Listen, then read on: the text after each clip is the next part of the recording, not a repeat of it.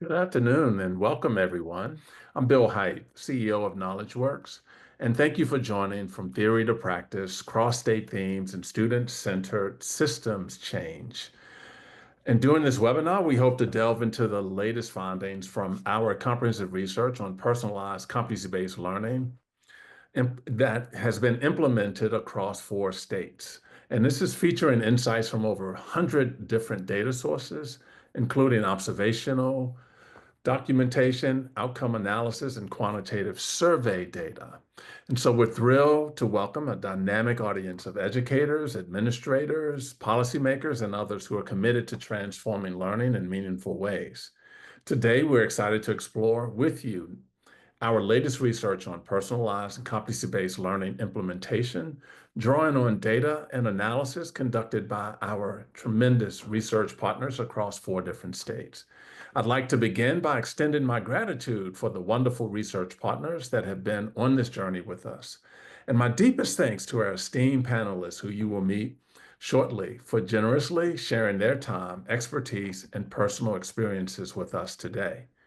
The power of those personal experiences cannot be overstated, as each of you brings a unique perspective that deepens our collective understanding of the challenges and opportunities in this work. So I thank you again for making the time to be with us.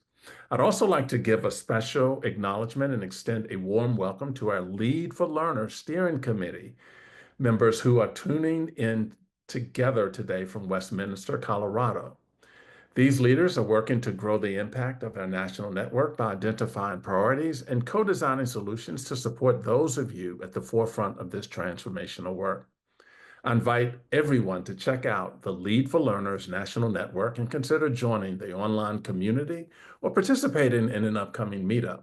The network is a great opportunity to connect, to share, and to learn from others that are working towards learning-centered systems change. Many people ask me, so what is this thing about personalized competency-based learning and why is it so important? And we believe that personalized and competency-based learning holds great promise for more deeply engaging students and ensuring that they are prepared for success in life and learning. And it's doing this through an approach that is responsive to their needs. Research is an essential contribution if we endeavor to grow this field of personalized competency-based learning. We're not simply collecting data, we're expanding the understanding of how innovative learning practices and approaches are unfolding in real-world settings. These insights help guide the way forward. At the heart of our research efforts is a commitment to continuous improvement. This means rigorously collecting and analyzing data as our schools work to establish, develop, and operationalize student-centered learning approaches. Then evaluating and refining those approaches so that we can scale what truly works. It's an ongoing cycle of learning and adjusting to meet the needs of every student. So I thank you again for being here and for your commitment to this important work. I look forward to our discussion today and to continuing this journey of education transformation alongside each of you. I'll hand things over now to my colleague, Rebecca Wolf, who leads our Impact and Improvement team and is one of the report's authors. She will share a little bit more about the plan for today's conversation. Rebecca, I'm turning it over to you. Perfect. Thank you so much, Bill. And Rolando and I are delighted that you could all join us for this conversation. So, what can you expect to hear in our time together today? So, first, I'm going to spend about 15 minutes highlighting some of the key learnings and findings from the paper. But we are really going to be trying to put the emphasis of our time on the conversation that my co-author, Rolando Fernando, KnowledgeWorks' Director of Impact and Improvement, is going to have with our 3 wonderful guests. And he will spend a little time introducing them when we get to that time. So at the very end, we're hoping to save a little bit of time for your questions and answers. So if you are familiar with the Zoom platform, you scroll down to the bottom there, and there is a little Q&A icon that you can click on to send us questions, and we will be busy curating those in the background to try to make sure that we can get to your questions at the end. So as Bill said, Our report, oh, one more housekeeping thing. You can stay on the slide. That's great. We are recording, as you probably realized as you came in, and we will be sure to make all the slides and the recording available to you. You'll get it roughly about a week after the webinar. Great. So our report findings, as Bill said, have been informed by deep research that involved many organizations and advisors. So as he mentioned, we are so grateful to our state impact assessment teams. These are the folks from the Consult for Ed group, Ed Research Solutions, Research for Action, West Ed, and the Riley Institute at Furman University. And also, as Bill set up so well in the conversation, our evaluations intentionally include statistics and numbers and outcome data, but they intentionally go beyond numbers. So through case studies, focus groups, classrooms observations, we are trying to provide a comprehensive view of how these new approaches to teaching and learning are being implemented. So how did Rolando and I go about this? Well, we started by refreshing our knowledge of existing research on education systems change. And then we worked through those over 100 sources, as Bill mentioned, coding them for themes, checking themes, and then working closely with our wonderful research advisory committee, which was made up of both practitioners, administrators, and the researchers themselves, to further refine those themes, test our evidence, and make sure that we were honing in on things that really reflected the experience of those in the field. So here is our research question.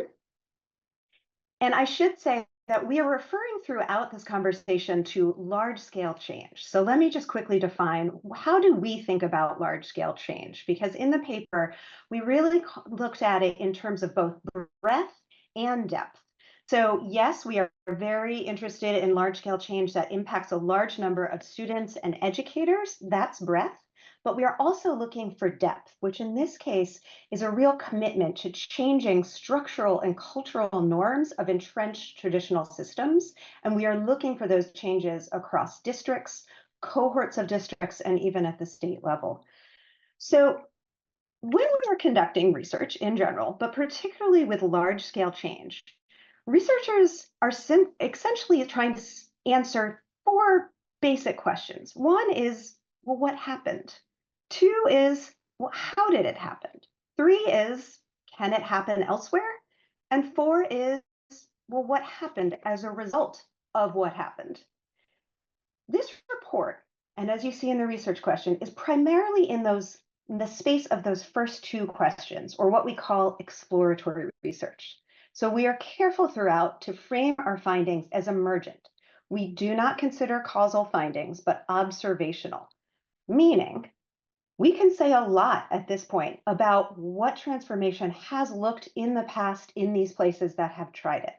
We cannot yet predict what results might be in other contexts that may adopt these learnings. We are all very eager for that.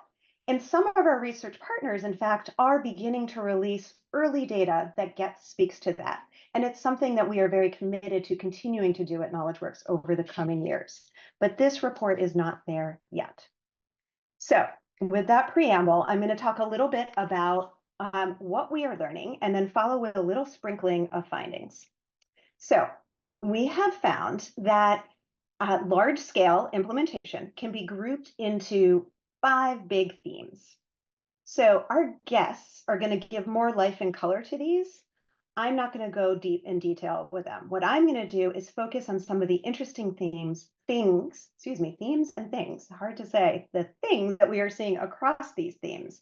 And if we could just pull up the next slide, just so we can at least see. So the 5 themes that we organized the paper around are issues of time and timing, what happens when we encounter personnel turnover, how to build adult and learner agency, the growth of trust, vision, and buy-in, and finally sustaining that large-scale change. So I am going to talk about 3 big determinants of change that cut across all these. So determinant 1 you see in front of you, that is depth, spread, and scale. You can't get to large-scale change if you're not going to depth, to spread, and eventually scale. So what we found in culling through all of these research sources is that depth, spread, and scale happen when there are 3 things that are intersecting, interplaying with each other.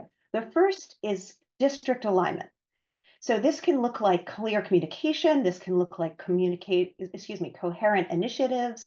This can look like structures and processes, but there has to be district alignment around implementing the work. Then there's school type. And what we mean by that is it really helps to reach depth, spread, and scale is if within the district, there are already some structures that help more easily make that transition to personalized competency-based learning.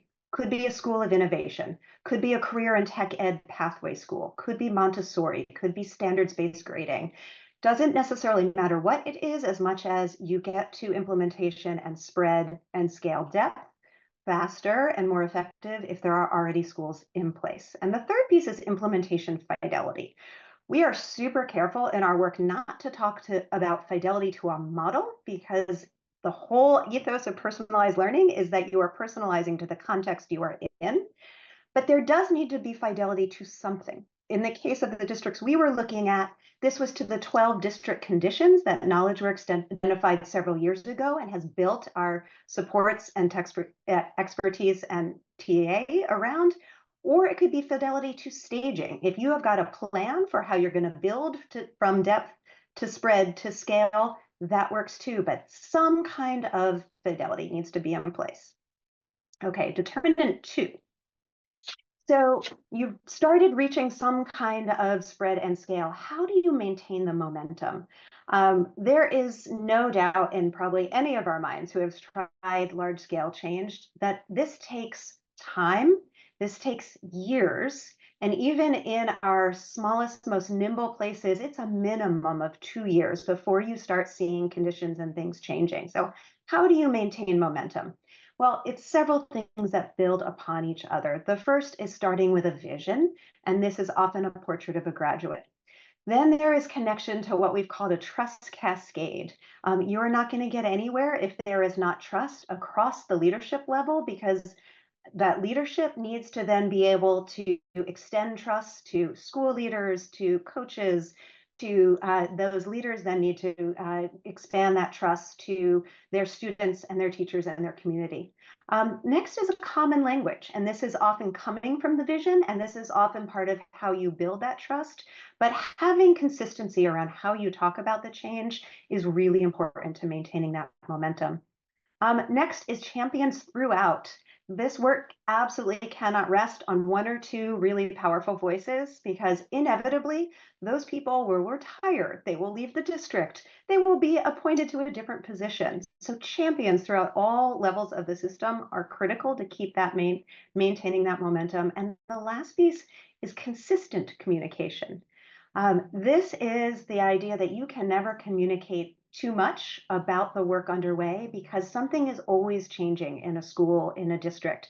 There will be new people, there will be new ideas. So keeping that level of communication throughout is critical. And we will say that this is something even our later stage districts, we have noticed has been a struggle because you feel like you've done a great job communicating in the beginning, but 3 years in, we really still need, we are finding to have a strategic approach to communication, to be understanding who has gotten the message and who isn't.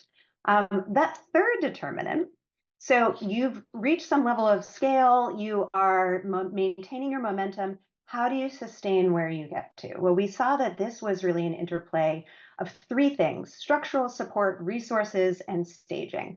So you need those structures in place, the district policies and procedures that help. There is no doubt this takes additional financial resources, but also expertise, exemplars, having protected time. These are all resources that are critical to maintaining large-scale change.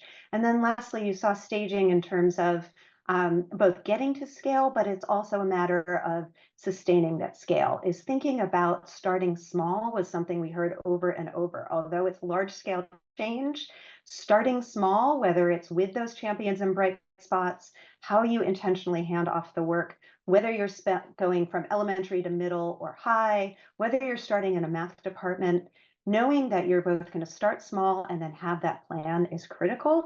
How do you know if you have the right plan? That's where the continuous improvement piece comes in. So all of the districts and the state supports and the cohorts have been really intentional about building in, looking at, is this working? Is this sustaining? What do we need to change? So three big determinants. So I'm going to switch from big themes to some interesting things that we are starting to see. So some more specific findings, and very emerging, and this is just kind of a sprinkling of things. So one thing is that we have seen large-scale change in student-centered learning in particular occurs in three distinct stages. So we have cleverly named these the early stage, the mid stage, and the later stage, where we are looking and seeing very distinct phases in which we are looking at the understanding growing across leaders and champions. We are looking at the practices and where they are living, whether they're still at a district level or they're starting to make their way into schools or classrooms, and the length of time that districts or the cohort has participated. Now, both the previous determinants and to some extent these stage findings are not entirely new to education reform and studies on large-scale change. What's actually important about this is that this is what we would call confirmatory research. So the very fact that large-scale change around personalized competency-based learning is following a really similar path to what we've seen in prior research means that we can much better and more accurately benchmark what do we expect to see at different stages. It also means that we can start to predict a little bit more for other contexts. What might you expect to see because we have noticed these patterns? I'm going to switch now to a few things that are more specific to student-centered learning. So in the three stages, one of the things that we found was that how educators and students perceive agency really differs depending on the stage of the work. And this makes sense because we start the work with the adults. And so it's going to take a little bit of time essentially for the changes in practices and communication to reach students. So very much so in the early stages, the proportion of students and educators who said, oh yes, I am experiencing agency. I am trying new things with my own voice and choice in the classroom, much more seen for the educators, which is that dark blue. Much fewer students, but by the mid stage and the later stage, as the educators, you will see that dark blue bar starts to open up. As more educators start feeling agency and feeling safe to try things that build agency in their students, dramatic increase in the number of students that then report feeling agency. So this is essentially a approximate map of what we have seen in our studies of the growth over time. So time and spread. But as I started talking about in the beginning, we're really actually looking at a 3D model because trying to map implementation of this size takes an understanding of time, it takes an understanding of spread, and it takes a third axis of depth. And so since we can't build a 3D model to share with you at the moment, in order to then understand not just spread of agency, but depth, we looked at some other data. So for instance, back still in 2D here. So this starts to get at the depth of the spread of agency. So an early stage way that is a basic way of starting to introduce agency to students is educators showing some more flexibility of students getting to choose within a unit or within an assignment, what do they do? Maybe when they turn it in. So demonstrating mastery within kind of a lesson plan. Overwhelmingly, both students and teachers, so far over 70%, say yes, in the early and mid years of this implementation, we are starting to experience it. That's great. However, if you look at the next slide, deeper levels of agency, where students are actually able to co-design that assignment, not just provide choice about it, or they're able to provide feedback about how they want to be assessed. those numbers drop pretty dramatically. And this holds even for our later stage districts. So while overall, both educators and students are showing agency, the depth of agency hasn't perhaps grown as much as we would hope, even in later stage. Another thing that we are starting to learn is about the equity orientation of this work. So speaking of hard to measure and measuring in 3D, we looked at the prevalence of an equity orientation through several different lenses.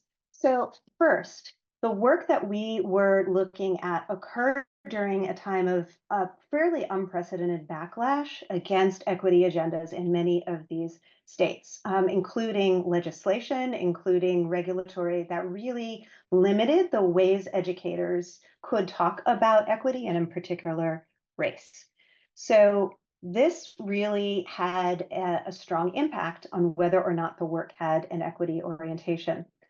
We also found, interestingly, that even in states that had more of a prescription over how to talk about equity, larger districts still found a way to build it into their goals and to be explicit with their educators about expectations, where smaller, more homogeneous districts did not.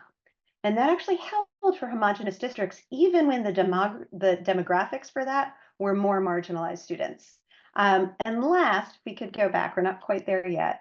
And last, the one thing, thank you, the one thing that we found was that consistently across all the sites, personalized competency-based learning is still primarily explained as a way to meet students where they are, and in terms of both their academic learning and their interests. So this is very aligned with equity. It's not the same. So we actually need a few more years of data to understand whether the way that we are articulating a commitment to equity, in fact, results in equitable outcomes. So definitely still one that we are trying to wrestle with how you understand.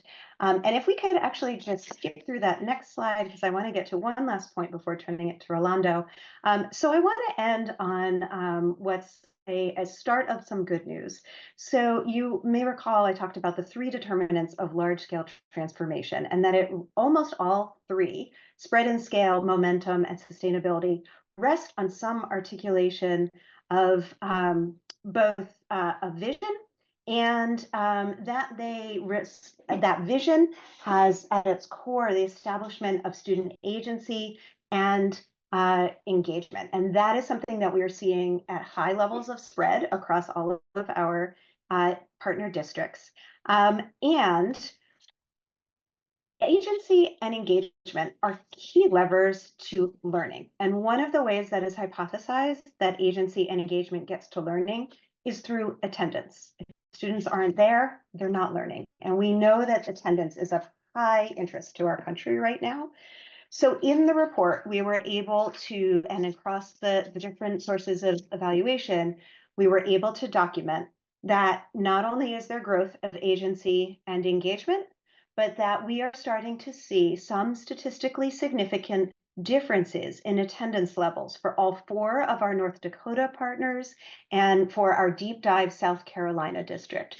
And what that means is that better attendance in these districts was not due to chance. It was due as a result of the large scale transformation that is underway in these districts. So I am so excited now to turn things over to my colleague Rolando and our guests, who again are going to give a little more color and life to the statistics and research that I just shared. Thanks, Rolando. Thank you, Rebecca. Hello, everyone. I'm Rolando Fernando, Director of Impact and Improvement at KnowledgeWorks Foundation. The cross-state themes and findings that Rebecca just shared with all of you reflect multiple years of implementation, research, and assessment of personalized, competency-based learning. Within these efforts, we would like to center and highlight the very real experiences and hard work of our partners in states, districts, schools, and learning communities. For this part of today's session, we're hoping for an informal, open, and connected conversation among peers, a fireside chat, if you will. Now it is with distinct privilege and joy that I present our panel discussants, truly valued partners in this work, who will share their experiences and insights from broadly diverse implementation perspectives. First, we have Maria James, who is the Elementary Social Studies Specialist with Mesa Public Schools in Mesa, Arizona. Next, we have Ruth Ray, Master of Education, who is the STEAM Integration Coordinator for pre-K to 12th grades with Warrensville Heights City Schools District in Warrensville, Ohio. Last, but by no means the least, we have Ann Ellefson, who is the Director of Academic Support with the North Dakota Department of Public Instruction in Bismarck, North Dakota. I would like to extend the warmest welcome and thanks to our panelists for being here with us today. Over the years, pursuing this systems change work, I am well aware of the stamina and resilience that is required of all of us. To start, I would like our panelists to share a motivating bright spot that sustains you in the work. Let's begin with Maria, then Ruth and Ann. Maria? Hello, everybody. Welcome to the webinar today. Yes, a bright spot for me with this work has really been to see the transformation in the teachers, because I am a coach for KnowledgeWorks and I get to work directly with the teachers. And I get to experience their joy in coming to work every day and being able to not only personalize for the students, but personalize their learning, which in transformation then goes directly to the students. So that has been one of my bright spots, is being able to get in the trenches with those teachers and be able to see their knowledge and their excitement and joy of being in their classrooms come to life. Thank you, Maria. Ruth? Personally, welcome everyone. I definitely will have to start with the aha moments of the scholars. This work has actually allowed the scholars to find out their why, or their why not, which is very interesting. A lot of times the things that are not moving the needle for them, and putting them in this type of environment and allowing them to be able to shine in their own space has been very rewarding and actually very sustainable, because it becomes contagious for those who are or have may found themselves in the same situation as a lot of our scholars. One thing is having an impact on attendance. The scholars are coming, so that's even more part of really being motivated to keeping the finances there available to keep this work going. And then always the support of the staff, having a staff who is driven by this work to come to work, to make sure this happens. So it always brings you back to doing all that you can to make sure the resources available to keep this program sustainable. Thank you, Ruth, for the constellation of bright spots. Ann, please share.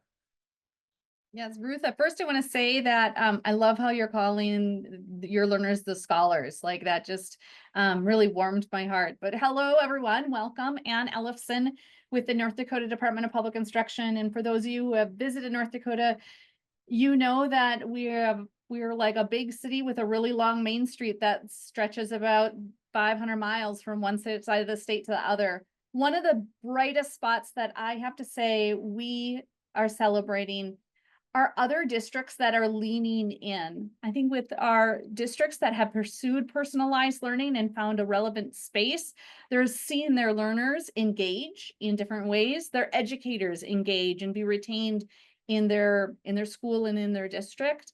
And there are other districts that might have challenges in those areas, and they're leaning in and trying to learn more. What we find most exciting is we're in the middle of a baton transfer in this marathon or relay race, where we've leaned heavily on KnowledgeWorks for the past few years and are now in a place where the baton has not transferred, but we are transferring it. So they're learning from one another. There are schools and districts across the state that are helping to train others, which, I think was the intent of our work. How do you build that capacity? And we're getting there. It's a long race. You're right. We need the stamina. It's a long race, but we're working in the right direction. Thank you, Ann and Ruth and Maria. Those are really inspiring bright spots that you've shared with us today. We intentionally picked our wonderful panelists because of the breadth of experience and perspective that's represented here. And I would like to ask you, like, from where you are positioned in this work, what innovative practices have emerged from your personalized competency-based learning implementation that others might benefit from? Let's start with Anne this time, then Ruth and Maria. Anne, please. There we go. I had to get my mute to work. So, what we're finding again in North Dakota, I'm reporting at the state level. So the hard work is happening at that local level, which is so important for us to recognize.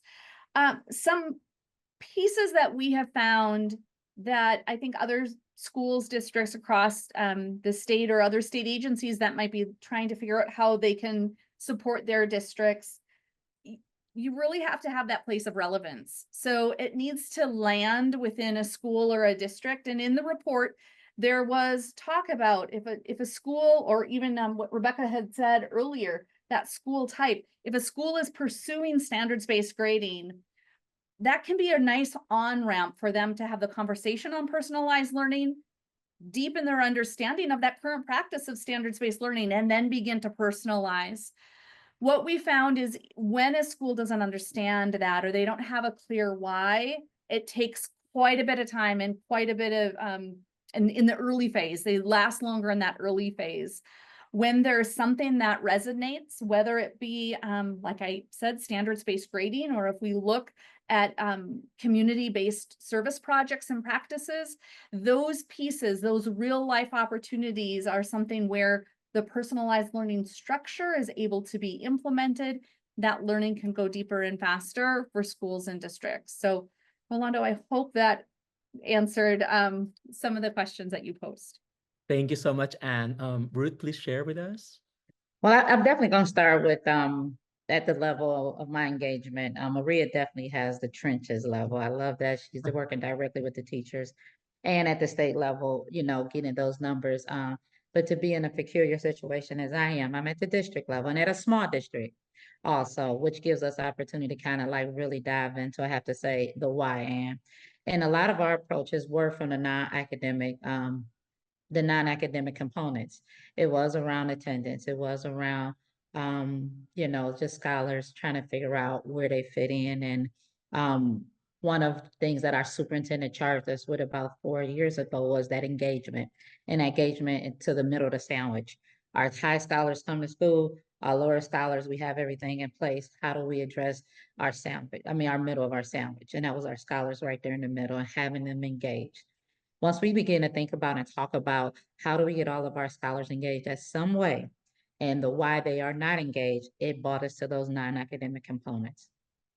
And once we began to think about and talk about those non-academic components, it was just that a lot of time the scholars were just like left out. You know, where the resources were going were not to there.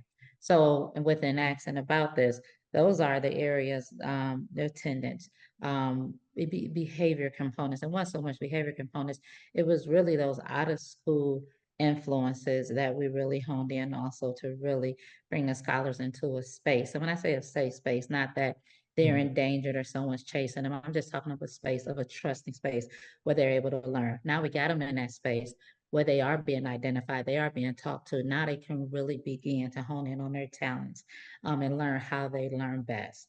And now all the other parts and components of the personalized learners are be able to come in play. So hoping that did answer the question also along with you, Ann. I know it was a long answer to a, you know, to a short question, but that's where we are here with our scholars in the Warrensville Heights City School District. Appreciate that, Ruth. And the new ones which you share is really resonant for me. Maria, would you like to share with us, please? Sure. Thank you so much. It's really nice to hear the state level perspective from Anne and then the local level from Ruth in a smaller district. I'm so envious sometimes of you being in the smaller district. We're in such a large district in Mesa Public Schools. We're running at about like 60 elementaries, and I think we're up to 8 high schools and 14 junior highs in different levels. So just it expands such a big territory. So that can be challenging when you're talking about that large scale change. And so I know some of the question was about those innovative practices that might have come from this. And I think that with us, since we started, it was very much so a mission of our superintendency and our directors. And so I think that really set the stage for everybody. And then it was almost like that coalition of the willing, like who wants to be involved in this work at the junior high and high school level. I think that's innovative in itself, not mandatory, but that coalition and building that. But some things that this has led to in our in our junior high and high schools has been things such as the standards-based grading that I know Anne had mentioned. We also are moving towards pathways in all high schools. So they are going to be in career exploration pathways, and the students will be able to choose those pathways, which is super exciting. We're also really leaning into data increase cycles, leading into student-led conferences, because again, to be that agentic learner, the students have to understand their data and set their goals and really build that in themselves. We're just moving now to elementary. Elementary has been doing a lot of work without it being intentionally focused, I want to say, but they have been doing a lot of the step-ins with voice and choice and standard operating procedures and the PBL and different aspects. But we are really focusing on them this year, so that will be exciting work. Thank you. Go ahead, Ruth. If you don't mind, I want to jump in because as you talked about the innovative actual strategies that have taken place, I do want to say that using our career tech education program, it has been really huge.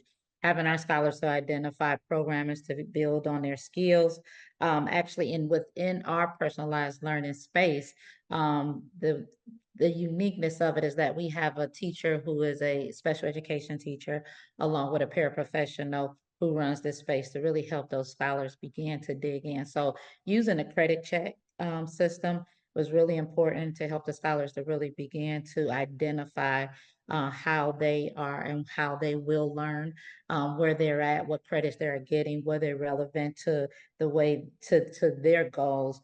And one more thing, our graduation pathway program in the state of Ohio right now is creating your graduation plan as early as 8th grade.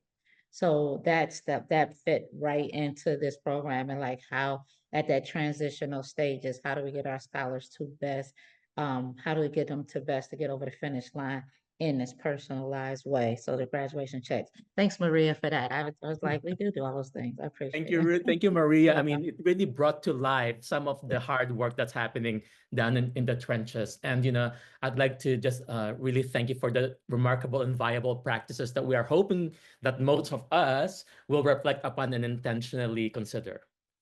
Now, sometimes in my impatient, not so best moments, I remember a statement from an esteemed colleague that what we are doing is generational work, right?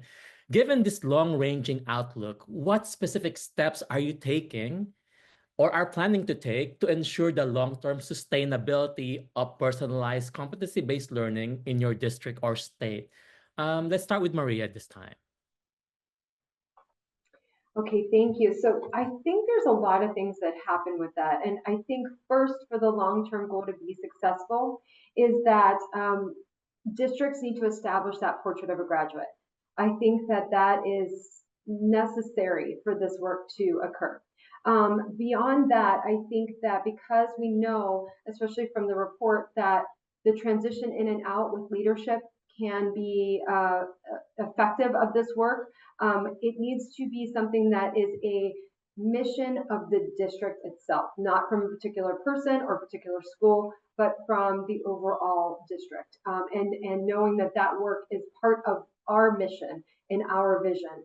So the mission vision of the district and the portrait of a graduate, I think, are going to be the first two steps in really making sure that this work extends long term. Thank you, Maria. How about where you are, Ruth? What kind of sustainability steps are you taking? My first approach is explaining to our teachers and administration how this has a direct impact on our state report card. One, with the graduation rate, but two, with the prepare for success component of the report card.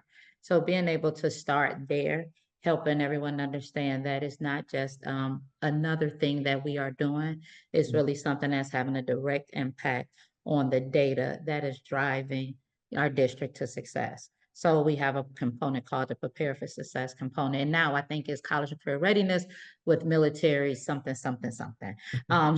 So that's one approach, helping administration and our teachers understand that component. Another thing is I do agree with the portrait of a graduate. Start with developing a portrait of graduate with the community, and our guidance team has been another part for the buy-in for the work. Why it's important, why should it be sustained? And then then one more component is really helping. We have an educational service center at ESC in our state, which is our state support again, who is helping us lead this work. And actually with KnowledgeWorks for the past year, along with their support, has been able to make it sustainable, relevant, and not, and I keep going back to it because it's always, oh, that's something that's fleeting or something that's happening. But when we began to integrate this work at a state district and the school level is really helpful. So starting with our state report card and those supports that comes with it has been very helpful. Thank you, Ruth. I mean, it really shows the breadth of sustainability strategies that are happening. Now, Anne, North Dakota has really implemented relatively the longest over time. Like from where you are sitting right now, what kind of sustainability strategies have you been taking? I think some key pieces to our state's sustainability are, first of all, our state's vision. It's a PK-12 vision that is not just the Department of Public Instruction. It's all education agencies from around the state. And the vision is for those students to graduate choice ready with the knowledge, skills, and dispositions to be successful. When we say choice ready, we mean college ready, career ready, military ready, whatever the readiness level is for that student. And it's not just one bucket. They need to be choice ready means that it's in multiple areas. So your college and career or your college and military.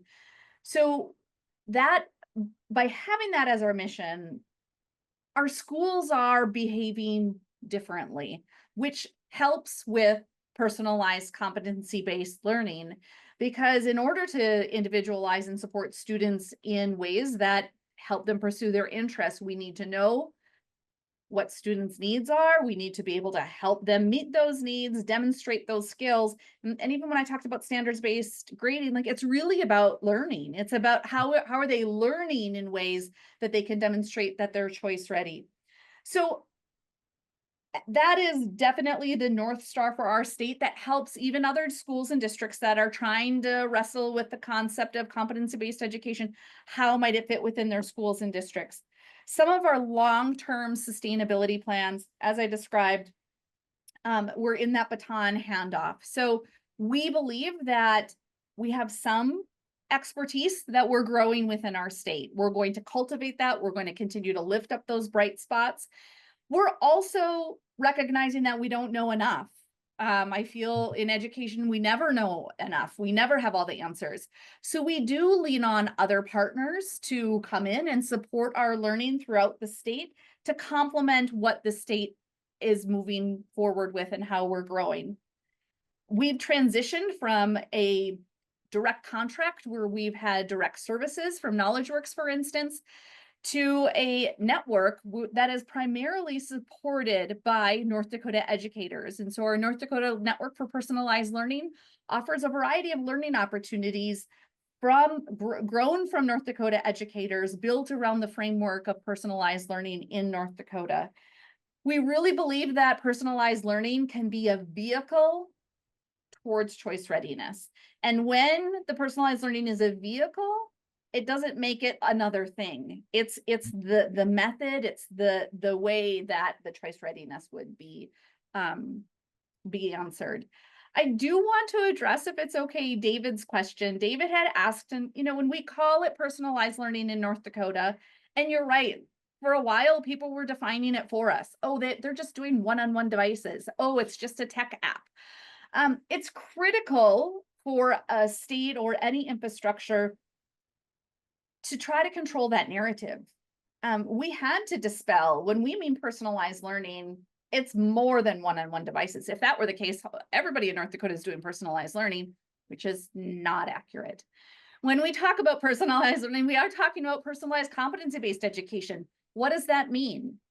and to help some entities go in and kind of see it to believe it. We do site visits. We offer a variety of learning opportunities.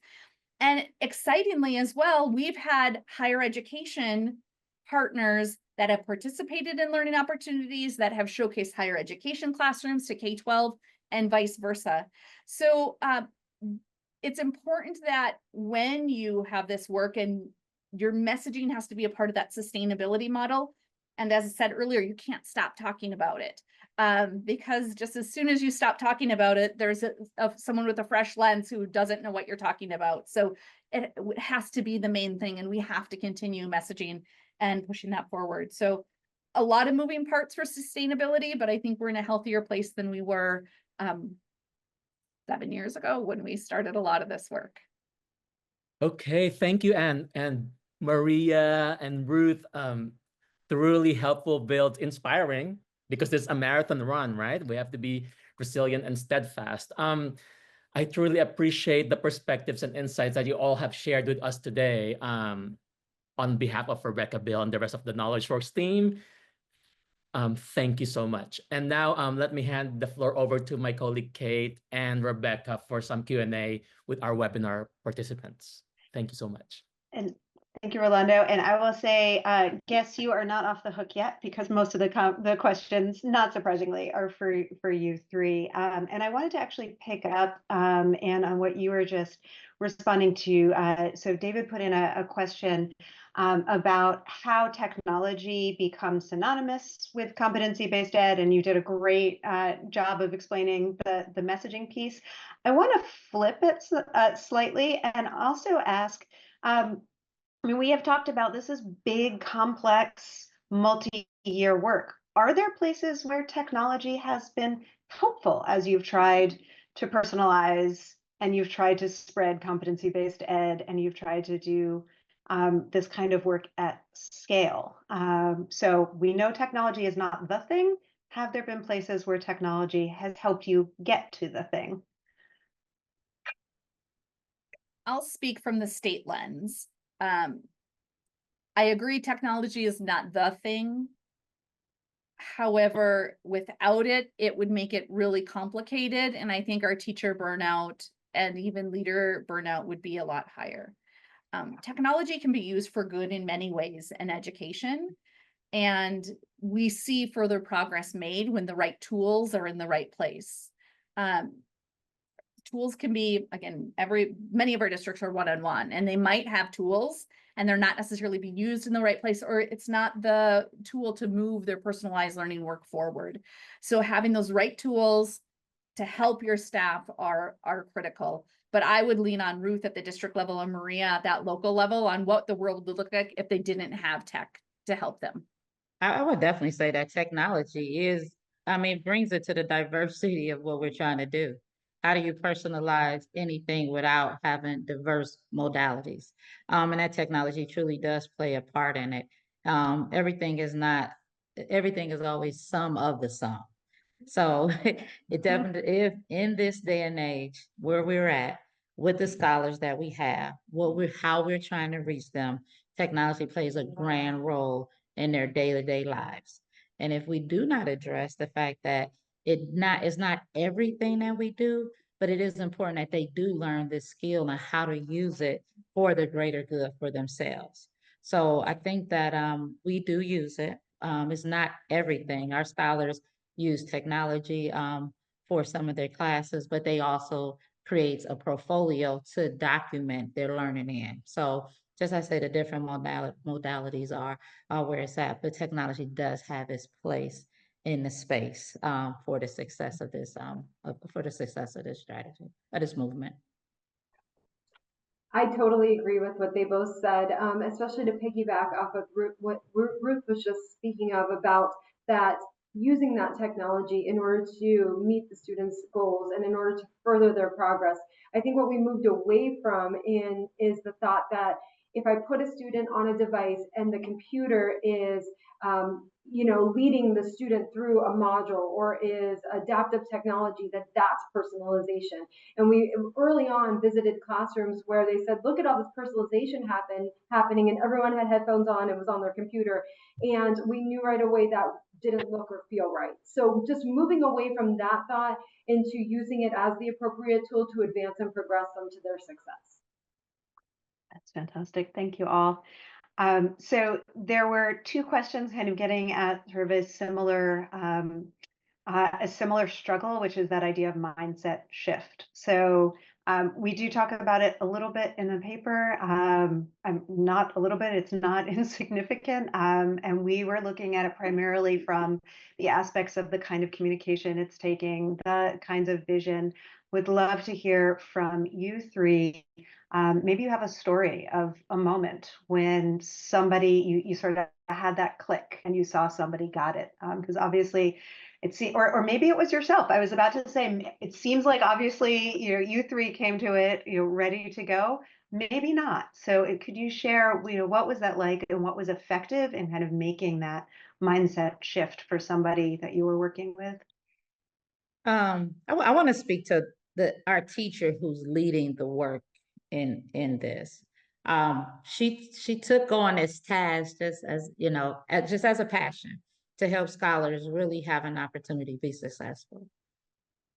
She was doing all this great work. I mean, technology, hands-on, created a space for the scholars to come in and learn at their best, created oh my gosh, she created lines of alliances with parents, with our transportation system. And she's just doing all of this work. And at no point of time has she sat back and even realized the impact that she was having. Mm. And when I speak to KnowledgeWorks, and actually our partner at the ESC, who is Miss Amy Harper, came to us to ask us about personalized learning and to get her involved, this was like cracking a nut. It was like, no, I want to just do this work. I know I'm just doing the work, but to be able to have an opportunity to showcase that the work that she and her team was doing and the impact that they were having over the past 4 years, and realizing like, there is a name for what you're doing, and personalized learning was it. So that was definitely a very aha moment for us in our district, with our teacher, and then for our scholars to have an opportunity to even showcase their successes. So that's the sustainability part. Like, we will have the resources, we would do the things to keep this work going, and definitely with the support of organizations that really believe in the work. So Wonderful. thank you for allowing us to share that. Yeah. If I may, I want to speak from the point of not only the educator, but a parent. So I think that the work speaks to me because of my own child. And knowing that I saw him not fitting into a school system, but that he was willing and smart and capable and all of the things, but I was trying to always every day fit like a square into a circle, and it wasn't working. And so learning more about other schools that were involved in personalized learning opened up a world for myself as a parent, and opened up that world for my son, who is now thriving in a school that embraces personalized learning, or else he would have been a statistic in the office in trouble. And so I think that having that experience for him has allowed him to see the word, I'm going to use, Ruth, as scholar, that he is, and he is off and is going to do amazing things, and it's all because of the work of personalized learning. And I also want to piggyback on that with saying that in our district, the mindset shift happened with, again, that the people that wanted to embrace this, and we gave them a voice and a power, and allowed that to snowball. And people started to say, what are they doing? So that willingness really helped. And the last thing I feel like really led to that was we did work with competencies. So we brought in teams of teachers, and it went through teachers and specialists, and students had a part in it, and community had a part in it. And we have developed competencies for our district. And I think that really helped shift that mindset. My goodness, Ruth and Maria, could not ask for better stories and examples to end on. And Ruth and Maria, just again, thank you. As hoped, you brought life to this. You're not supposed to cry in webinars, but that was just really powerful. So thank you so much for sharing that. Can we bring the slides up for just a quick closing? Let you all know how to stay in touch, ask more questions. So First, really important to acknowledge we are grateful to the Charles and Lynn Schusterman Family Philanthropies for funding this work, enabling it.